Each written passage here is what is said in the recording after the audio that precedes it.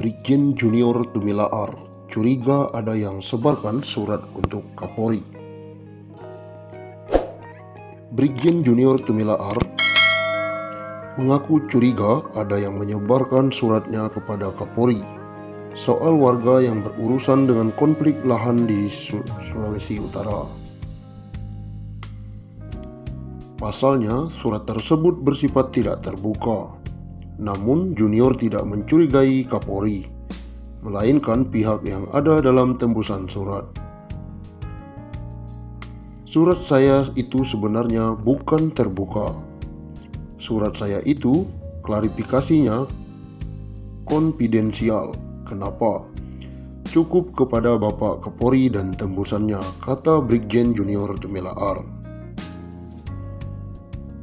Brigjen Tumilaar menjelaskan pihak-pihak yang ada di dalam tembusan surat yang ditujukan kepada Kapolri. Tembusan pertama diperuntukkan bagi Panglima TNI Marsikal Hadi Cahyanto. Tembusan kedua untuk Kepala Staf Angkatan Darat Jenderal TNI Andika Perkasa. Tembusan ketiga untuk Panglima Kodam atau Pangdam 13 Merdeka serta Maijen TNI Wanti W.F. Mauhamid. Tembusan satu itu Bapak Panglima TNI, yang kedua Bapak Kasat, yang ketiga Bapak Pangdam selaku atasan langsung saya, jelas Brigjen Tumilaar. Selanjutnya tembusan keempat untuk James Tuo selaku pengacara Ari Tahiru dan Edwin Lomban, dan tembusan kelima kepada Hilary Brigita Lasut selaku anggota DPR RI. Yang kelima, saya tembuskan surat itu kepada Ibu Hilary Brigita Lasut karena beliau di Komisi 3. Makanya saya tembusi supaya masalah hukum beliau tahu. Beliau anggota DPR, suara rakyat. Nah, itu saja yang dikatakan di konfidensial terbatas, bukan terbuka, sambungnya. Menurut Brigjen Tumilaar, pihak yang menyebarkan suratnya kepada Kapolri adalah salah satu dari tembusan yang ada di surat tersebut. Dia menduga pihak yang membocorkan tembusan keempat adalah James Tuo selaku pengacara dari Ali Tahiru dan Edwin Lomban, serta tembusan yang kelima Hilary Brigita Lasut. Siapa yang buka? Ya, mungkin salah satu itulah, ungkap Brigjen Tumilaar.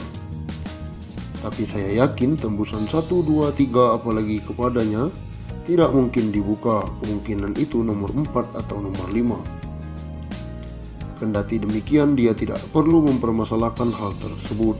Yang paling penting, kata Brigjen Tumilaar, adalah isi dari surat tersebut. Tapi saya tidak mempersoalkan hal itu. Persoalannya isi surat itu. Apa itu isinya? Perihal jelas pemanggilan Babinsa oleh Polri dan penahanan Ari Tahiru. Brigjen Tumilaar juga menjelaskan isi dari surat yang ditujukan untuk Kapolri. Dia merinci dari mulai paragraf pertama sampai penutup. Paragraf pertama itu salam berdasarkan kebenaran dan ketuhanan yang maha pengasih lagi maha penyayang, yang bernama Yehuwa. Itu salam paragraf pertama, ungkap Brigjen Tumilaar. Paragraf kedua, kata Brigjen Tumilaar, berisi permintaan agar Babinsa tidak dipanggil oleh pihak kepolisian. Ia lantas menjelaskan mengenai tugas Babinsa. Isi dari surat di paragraf 2 itu tentang intinya memberitahukan dan menghimbau mohon Babinsa itu jangan dipanggil oleh Polri. Kenapa? Babinsa itu bagian dari sistem pertahanan negara di darat. Kenapa itu menjadi hal pertama di dalam persoalan diisi surat yang saya ungkapkan? Karena pertahanan negara itu kalau di darat itu adalah istilahnya kumpulan keterangan.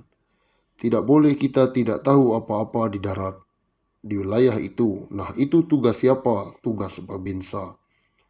Terkait persoalan ini, Brigjen Tumilaar mendorong pembentukan UU Keamanan Negara. Aturan itu, kata Brigjen Tumilaar, akan menjelaskan kewenangan antar lembaga dalam keamanan negara. Makanya perlu ada UU Keamanan Negara. Keamanan nasional, dibagilah porsi kewenangan untuk keamanan negara ini.